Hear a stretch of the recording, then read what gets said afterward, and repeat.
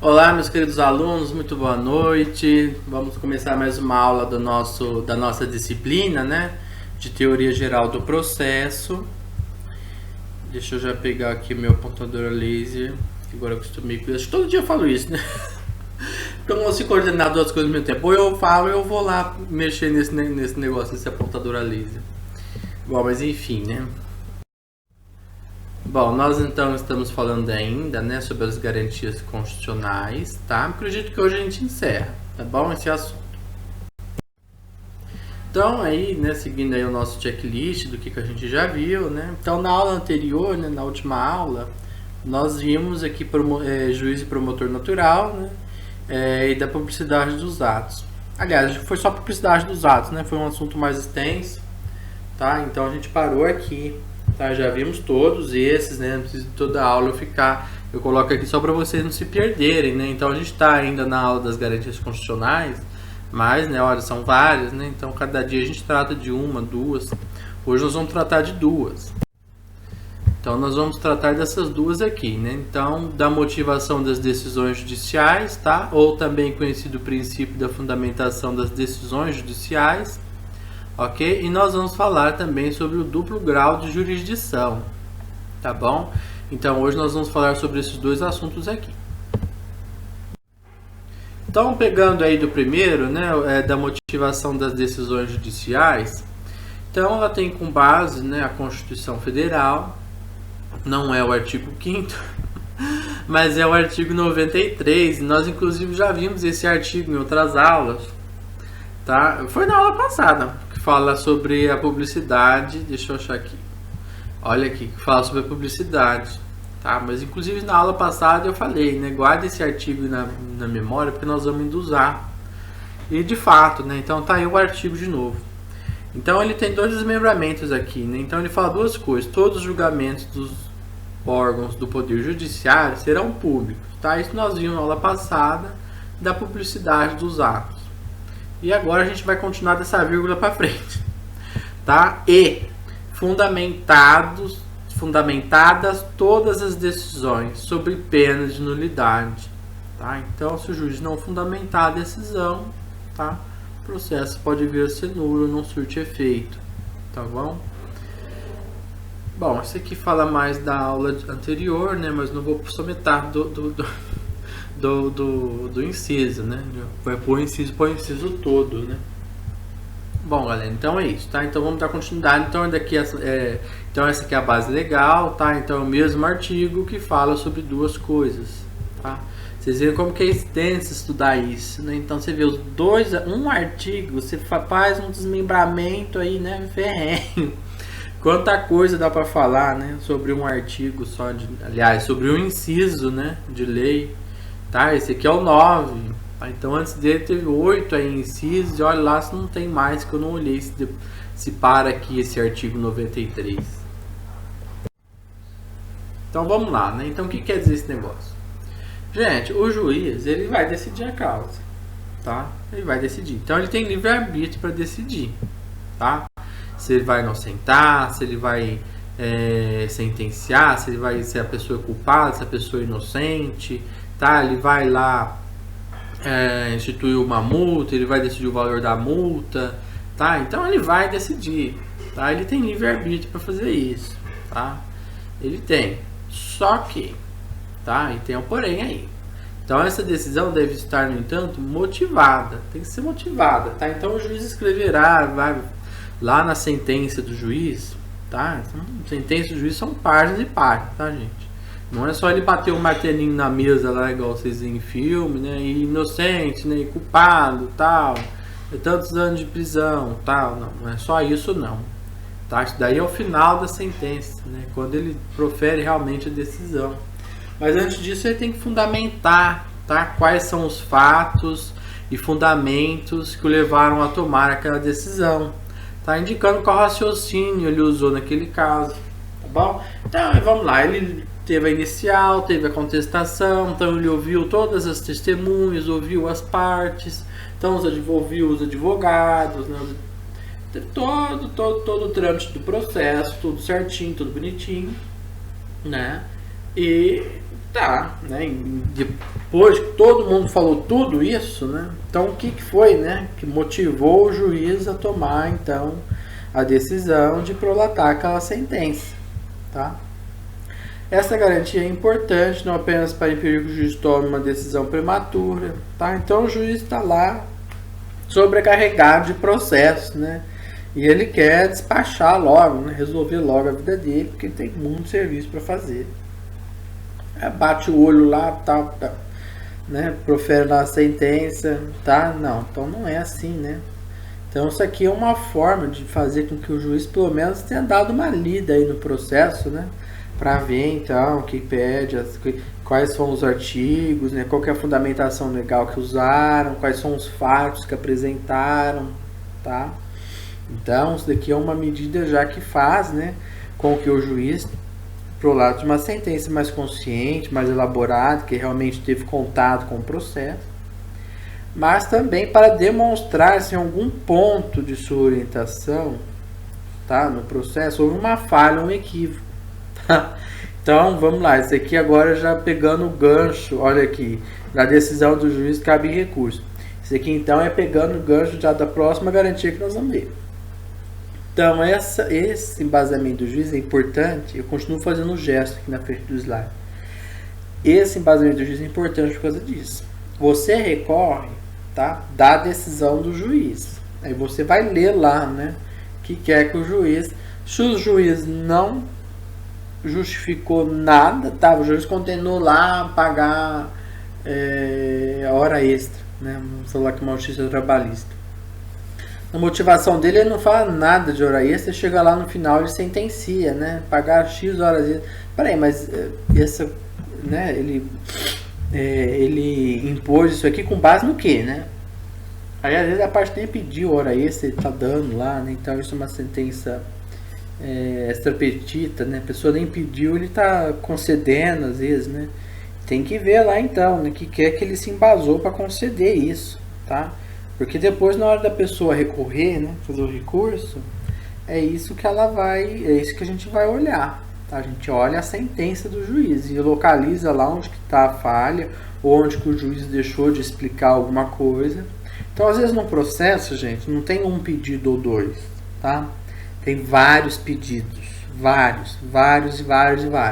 Aí ele esqueceu de motivar, de justificar né? Um dos pedidos que ele deu provimento, né? Que ele acatou. Então você pode ir lá e recorrer, né? Foi o juiz, mas e aí, né? Então é uma das formas que a gente vai fazer para analisar, né? Para poder interpor o recurso. Bom, vocês entenderam que é bom que eu pergunto no vídeo, né? Acredito que tenham entendido, então, que é a fundamentação das decisões. Além do juiz decidir, tá? Ele tem que falar, então, o que levou ele a tomar aquela decisão. Né? De tudo que a pessoa falou, né? De todas as provas que foram apresentadas, tá? De todos os artigos lá de lei que foram mencionados, que foram fundamentados, né? Então, de tudo aquilo do processo, tá? O que é que ele usou aí para tomar um dos lados aí e proferir a decisão. Então vamos lá, ó, essa daqui já é a segunda de hoje, tá? E, ó, gente, elas são interligadas, né? Porque vocês vão entender melhor, ó, duplo grau de jurisdição, tá? Então, não há na Constituição um artigo que trate claramente desta garantia. Então, em todas as outras, né? Acredito que em todas as outras, nessa última, por exemplo, que a gente acabou de ver, então eu coloquei o artigo lá da lei que fala, né? Claramente, né? Que ele tem que ser motivado. O duplo grau de jurisdição não tem explícito, tá? Pelo menos eu não achei ninguém que fale claramente onde está isso. Mas a gente entende que ele existe, tá? A gente entende que ele existe. Uma, porque realmente existe o duplo grau de jurisdição. Então não tem por que não existir, né? O tribunal, cuja como é que fala? A tarefa dele é realmente revisar esses processos, né? Então, se não... Por que então existiria esse tribunal, né? E outra vem lá que a gente falou lá da ampla defesa, né? Então você tem aí uma segunda chance de se defender, tá? Então a gente entende, embora não tenha um artigo lá falando claramente, né? É direito, né? O duplo grau de jurisdição. A gente entende que ele existe. Vamos então entender o que é isso. Bom, se a gente está falando de duplo grau de jurisdição, né, então vamos primeiro falar o que é jurisdição. A gente já viu isso, eu lembro que eu já falei com vocês sobre jurisdição. Se eu não me engano, a Ludmilla também já tinha falado sobre jurisdição. Então vamos lá, jurisdição, né? O que é? O poder conferido pelo Estado, tá? Para que eu digo direito, né? Esse é um conceito bem singelo aí. Está delimitado a um território ou especificidade do direito, tá? Território, então vamos lá, comarca de Barretos, eu pus o exemplo aqui. Ou, né, se é justiça comum, se é justiça especializada, né? Direito civil, direito penal, militar, eleitoral, federal e por aí vai. O Poder Judiciário, por sua vez, possui uma hierarquia a ser cumprida, sendo que cada patamar aumenta a abrangência da jurisdição, território e matéria. Então vamos olhar aqui o exemplo que eu acho que é mais fácil. Então você entrou com uma ação aqui na cidade de Barretos, tá? Olha, o juiz aqui, então já está aí delimitado, tá? Vamos supor que é uma ação da esfera civil, tá? Que você está entrando aqui em Barretos, de um fato que aconteceu aqui em Barretos e tudo mais, e a competência é o lugar certo para você interpor aquela ação é Barretos, ou é domicílio das partes aqui, enfim, é Barretos, tá? Está restrito à comarca então de Barretos, tá? Algumas cidades não tem fora, acredito que a grande maioria tenha, né, um juiz lá, Bebedouro sei que tem, né, Olímpia tem, então Rio Preto óbvio que tem, Barretos tem.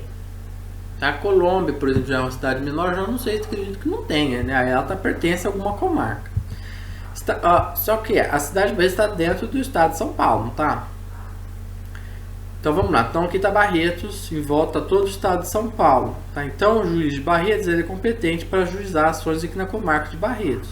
Mas o Tribunal do Estado de São Paulo, tá? Ele é competente então para ajuizar ações, tá? De todo o território do estado de São Paulo.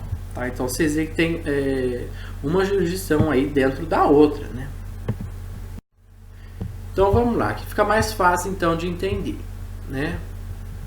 Então aqui, ó, vejam bem, esse exemplo que eu dei da comarca de Barretos, onde que está Barretos aqui nesse organograma aqui, nessa estrutura? Onde que está o fórum de Barretos aqui nessa história? Tá aqui, ó, então nessa primeira linha aqui, tá? Aqui nós não temos o militar, óbvio, aqui é para justiça militar, aqui é específico demais.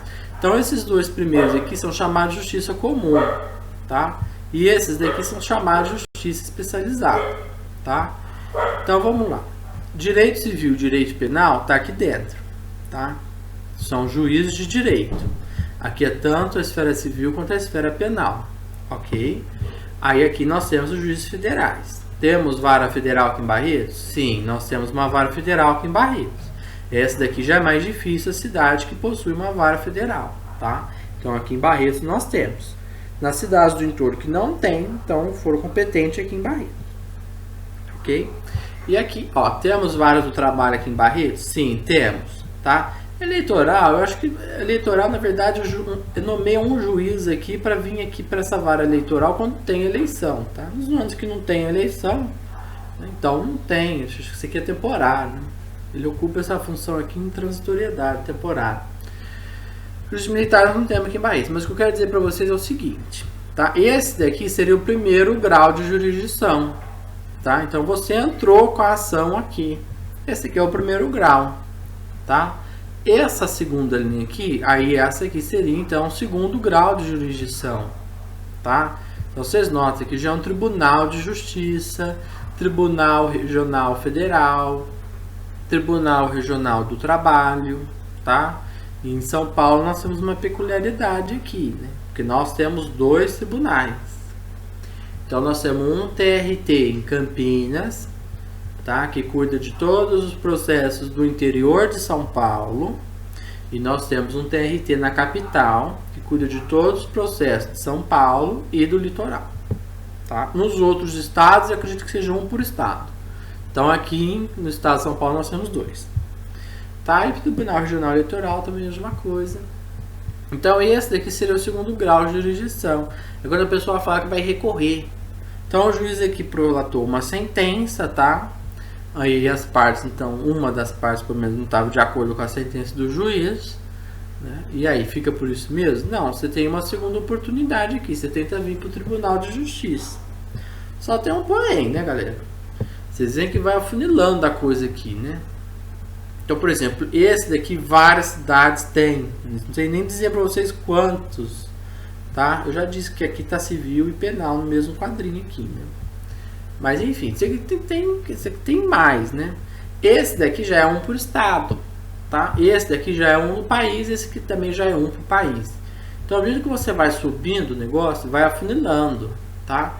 E à medida que você vai subindo, vai ficando cada vez mais difícil de você entrar com a ação, tá?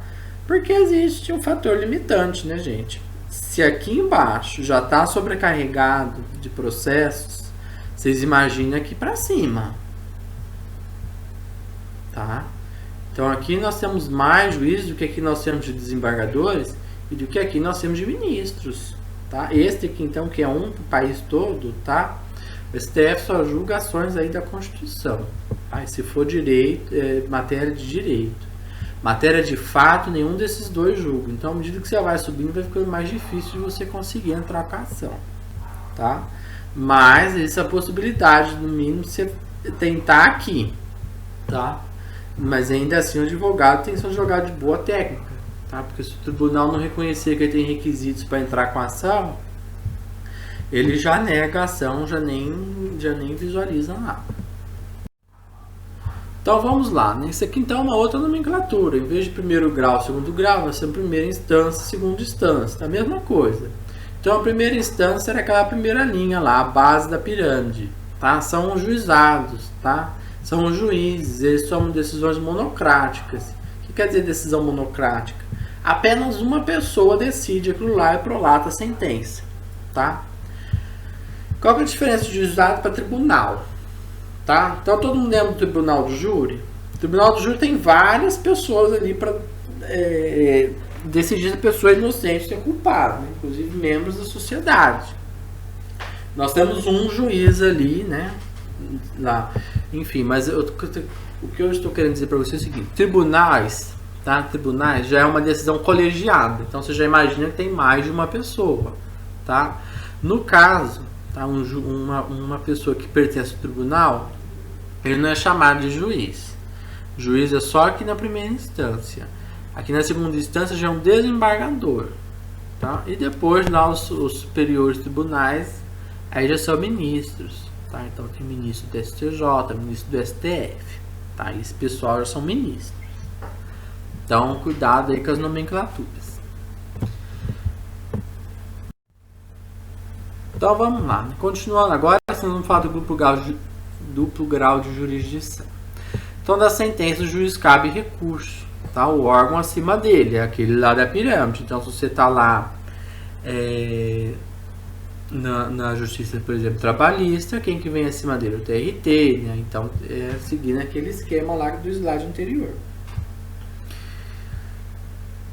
A parte usará como fundamento para ingressar com recurso a sentença do juiz, por isso faz necessária a fundamentação, tá? A motivação, que é a garantia que nós vimos hoje, né? A primeira garantia que nós vimos hoje.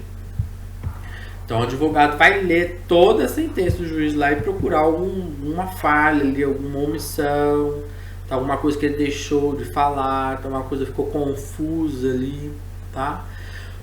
Vamos lá. O tribunal pode negar se receber o recurso se não houver fundamentos suficientes.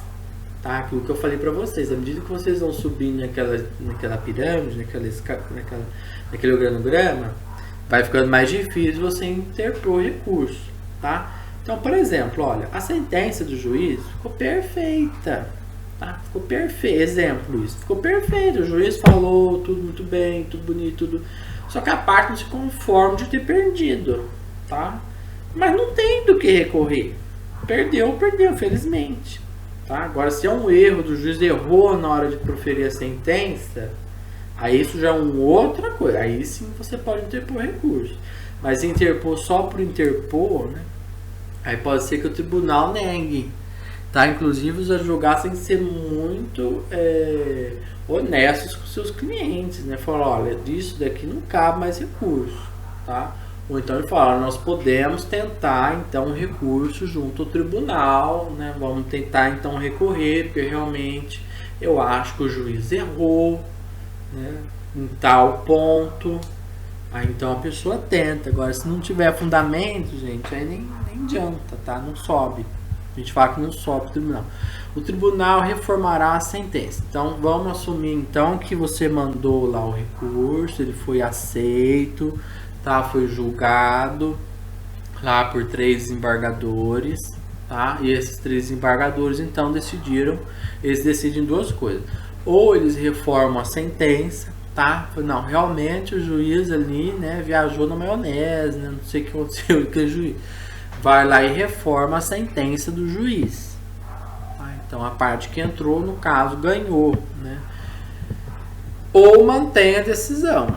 Então, às vezes você interpõe o recurso, tá? O tribunal fala, não, realmente, o juiz lá está correto, eu tenho o mesmo entendimento que o nosso. Tá? Em tese, os juízes evitam isso daqui, porque eles têm um tipo de um plano de carreira, inclusive para você subir para desembargador, tá? No caso, um juiz que é promovido a desembargador, voga muito o número de sentenças reformadas que aquele juiz possui. Então, se ele possui muitas sentenças reformadas, tá? Então isso aqui é um ponto negativo para ele, no caso dele querer, né, ser promovido a desembargador. Então normalmente os juízes, né, quando eles vão decidir, eles já decidem mais ou menos de acordo com o que eles acham que o tribunal iria decidir, tá? Ninguém decide muito o contrário, não, porque sabe que depois o tribunal pode reformar a sentença. Vamos lá, continuando. Essa garantia trata, portanto, de uma reanálise do caso, tá? Uma segunda opinião, uma chance de reverter a decisão proferida. Tá? E por isso que alguns, né, consideram que existe essa garantia, tá? Que ela nasce do entendimento lá da ampla defesa. Né? Então você tem mais uma oportunidade aí, né, de se defender de algum caso, algum processo. Tá ok? Eu acho que com isso encerramos. Sim, com isso encerramos, tá? Então agradeço aí a atenção de vocês. Podem me procurar se tiverem dúvidas, tá bom? Não esqueçam de fazer a nossa atividade de hoje, tá ok? Então, galera, muito obrigado pela atenção. Tenham uma ótima noite e bons estudos, tá bom? Tchau, tchau.